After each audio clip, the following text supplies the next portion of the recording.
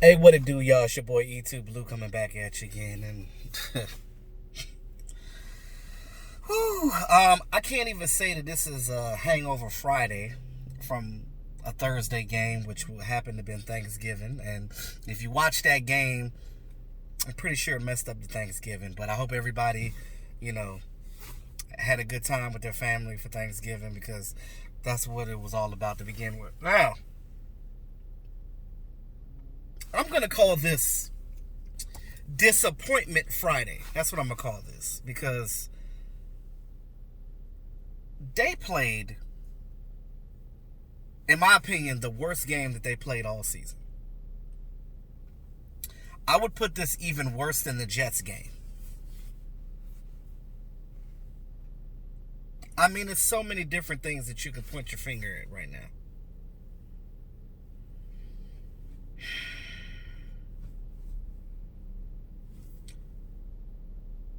You know, the haters are gonna tell you that Dak is trash. He don't need to be the franchise quarterback of this team. He don't need to get paid this, that, and the third. But I feel like Dak was the only one out there trying yesterday. He was getting that ball down the field, and I feel like we abandoned the run game at some point in the game. I know that towards the end of the game when we were down by that much, you got to throw the ball to get back into the game. But when we were the first quarter, first pass of the game, 16 yards to Amari Cooper, you were mixing in with the run. Why not keep doing that? That part is Kellen Moore's fault. Now, I'm not mad. You know, I've heard somebody say, well, we need to get rid of Kellen Moore. Well, he just got the job. Like, you got to give him a chance. This is his first time being an offensive coordinator for an NFL team. So I'm going to stick with what I got with him for right now. Give him a little bit more time. I think that with a better coach, I think that he could be a better coordinator with time. It's growing pains with him. You know what I'm saying? He's going to make these mistakes as a play caller, and you know, for the most part. But it is, if the coach is supposed to be helping his team and helping himself to get another contract, if he really wants to be the coach of this team and continue to be the coach of this team, don't you think that he would be trying harder to try to make that happen? I just look at it and it's just disappointing to me because all around, you look at the execution of the players, they just kind of look lackluster out there. In the beginning, the defense was playing well. They were tackling. Then all of a sudden, they were like, you know what? Bills, you can have it. You can beat us at home. We don't care. That's an embarrassment to just get your ass whooped at home like that, just with no recourse. It's just like the Bills just came in there, and then Tre'Davious White did the Dak dance at the end of the game. Just so much disrespect going around. Cole Beasley came back and just dominated the Cowboys. I mean, he just was playing like we ain't never played against. Y'all know the way that Cole Beasley played. He's been with this team for 7 seasons, and he goes to another team for 1 season. And y'all forget? Did y'all not game plan? Y'all couldn't check little Cole Beasley. Cole Beasley damn near single-handedly beat them. 6 receptions for 114 yards, I believe. Come on, man. He only did that once when he was in Dallas. And then, of course, after the game, Cole Beasley said, well, he said it before the game, too. I'm glad I'm on this side. Ain't that some bull? Ain't that some bull? He glad he with the Bills. I know you guys heard, and it was big talks about it. There was a player that was yelling real loud in the locker room after the game. That said player was Michael Bennett.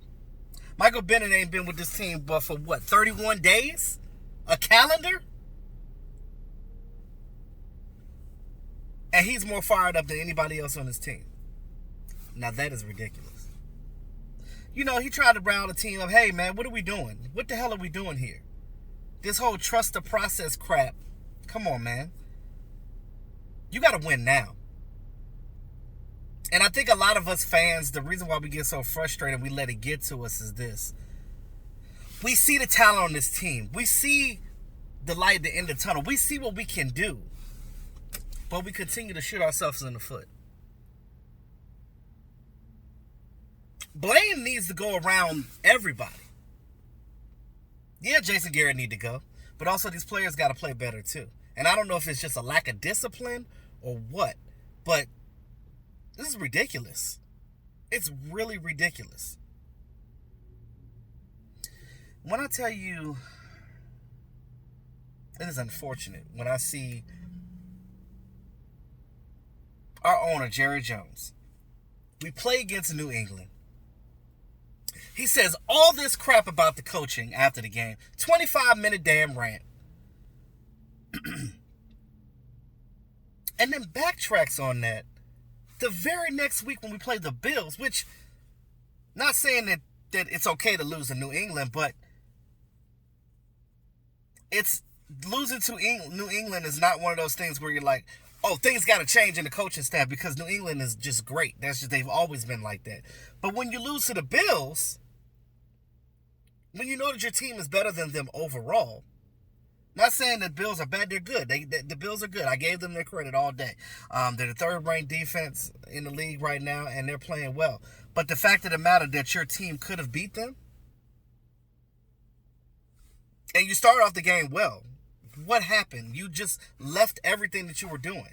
You stopped running the ball. There's no way that Zeke get 12 touches after that. Come on now. Run the rock. What happened to mixing in with Tony Pollard? I saw him come in like twice. They try to do some things with Tavon also, but you got to keep doing these things. There were so many ways that they could have beat this team, but they chose not to. It's almost like they just laid down and died. The defense forgot how to tackle.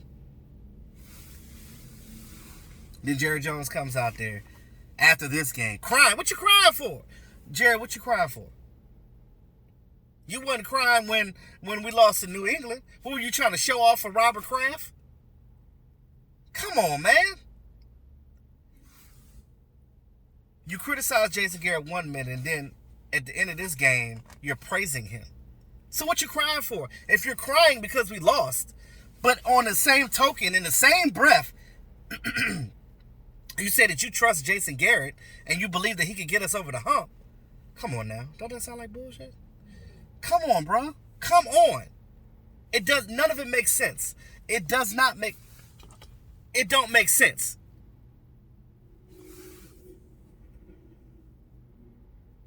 It just don't make sense. I can't put it together for you. And I've been sitting here all night last night and this morning just sitting here thinking like, what in the hell happened?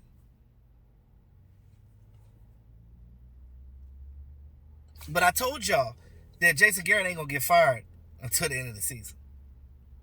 Now, I don't know. Maybe Jerry Jones got an idea of who he wants, and he realizes if he fires Jason Garrett now, he can't get that guy until after the season anyway. So I guess he feels like, well, I just got to live and die with Jason Garrett, and hopefully he can turn it around for these last couple of games. I don't know. But who you going to bring in? You can't bring in nobody now. Now, my theory is I like Chris Richard, I really do. But I'd rather him stay on the defensive side and get rid of Marinelli and make him the defensive coordinator and have him come in and bring in his own philosophy. Because, again, Chris Richard is calling the plays, but he's calling it based on the scheme that Rob Marinelli brought to this team. So if you get rid of Marinelli, Chris Richard can start his own thing, similar to what he did with, the Legion of Boom with Seattle, and try to do things differently there. But he's the best candidate if we were to get rid of Jason Garrett right now. He's the best candidate to be interim head coach. So what happens if he becomes interim head coach and all of a sudden this team pulls it back together? We win every game. We even beat the Rams. Just say if we did. And we make it to the playoffs and we get to the NFC Championship game. Now you got to make that guy the head coach. You're just not going to take it away from him, are you? Or can you? I don't know. It's just a theory.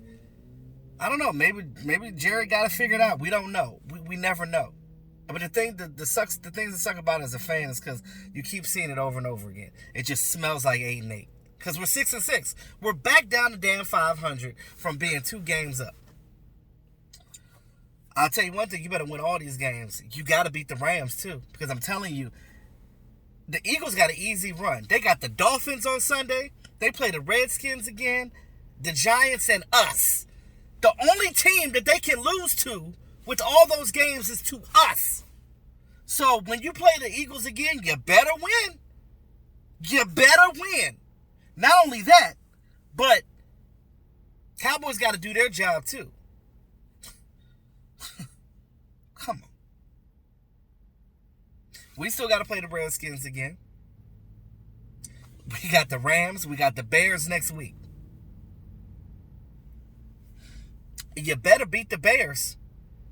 You should have beat the Bills, too. I swear to God, if they go to Chicago and lose against the Bears, I'm not going to say I'm done with this team. And I know some of you guys are like, I'm not watching football no more for the rest of the season until they start getting better. Well, my fandom won't allow me to say things like that. I can never say that I want to see my team lose out so we can get another coach. Although that may sound good, but I can't just wish that. Another thing with me is that I will never root against my team. I will always root for my team. And I will always, if they're on TV, I can't see myself just like watching something else or going somewhere else and not watching. I'm still going to look at the scores and see what my team is doing. It's just the fact of the matter is that's my team. And I am a true fan. And as a YouTuber, I got to follow it anyway because I got to bring the information to you guys. And I noticed my numbers went down a lot. Because I know a lot of you guys have checked out. I get it. Y'all tired. You know what I mean?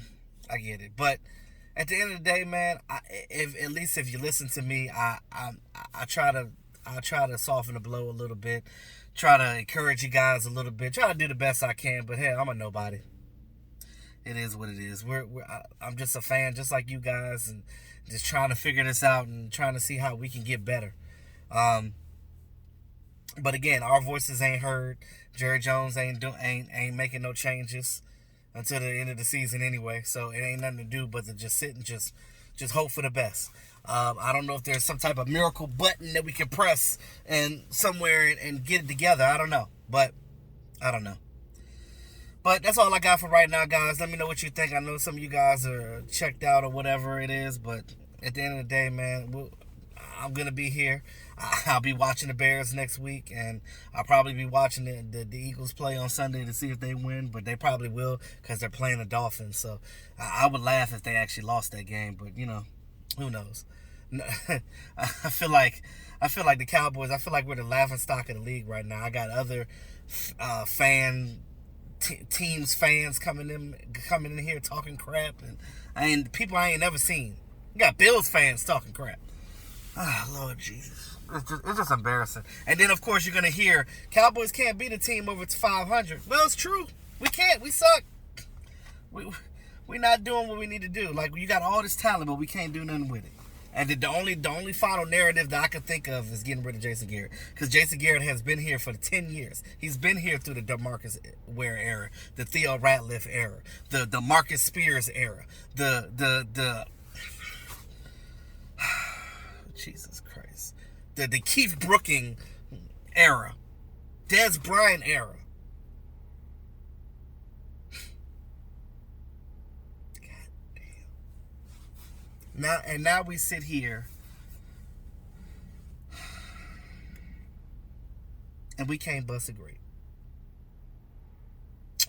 But thanks again, all my subscribers. I appreciate you guys. If you're new to the channel, go ahead and hit the subscribe bell. Get that notification if you guys are still around. But it's your boy YouTube Blue, always keeping it real. Talk to y'all soon.